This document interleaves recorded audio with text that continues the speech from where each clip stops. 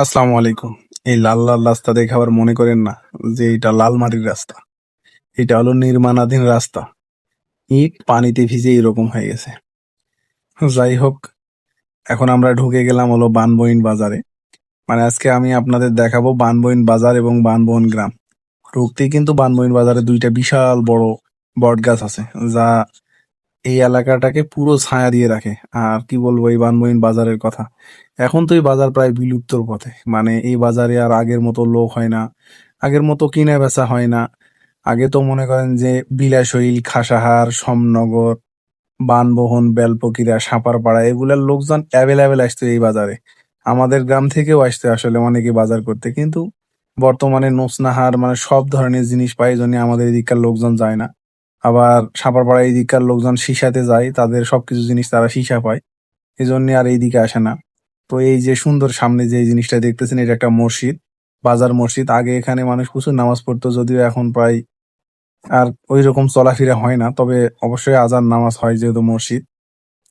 তো সামনে এখন দেখতেছেন আপনারা টিনের বাড়ি, এটা হলো বানবইন বাজার, মানে বানবইন গ্রামে ঢুকতেই টিনের বাড়িগুলো সুন্দর সুন্দর বাড়ি। তো সরু রাস্তা আছে গ্রামের মাঝখান দিয়ে, আঁকা বাঁকা, অনেক সুন্দর।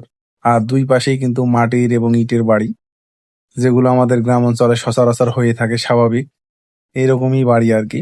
তো আমি সকালবেলা যেহেতু ভিডিওটা করছি, তো কৃষক তার জমিতে বিষ স্প্রে করার জন্য বের হয়ে গেছে। আবার অনেকেই দেখছি যে তাদের নিজস্ব কর্মব্যস্ততায় ঘুরতেছে, আবার অনেকে আড্ডা দিতেছে, মানে অনেক ওইরকম একটা পরিস্থিতি। তবে আমার ক্যামেরাটা এমন জায়গায় সেট করা ছিল, সবাই আমার দিকে টুকটাক করে দেখতেছিল যে এটা কি হইতেছে আর কি। যাই হোক, মানুষ দেখছে তো এরা আসলে সকালবেলা উঠে, মানে গ্রামে এটা কিন্তু হয়ে থাকে যে সকালবেলা উঠার পরে সবাই এক জায়গাতে বসে গল্প সল্প করে দোকানে।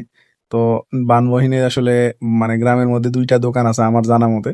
তো আমি এগুলোকে সরাসরি মানে সচরাচর দেখে থাকি। তো এইটা হলো বানবহিনের একদম মানে লাস্ট পর্যায়ে চলে আসছি।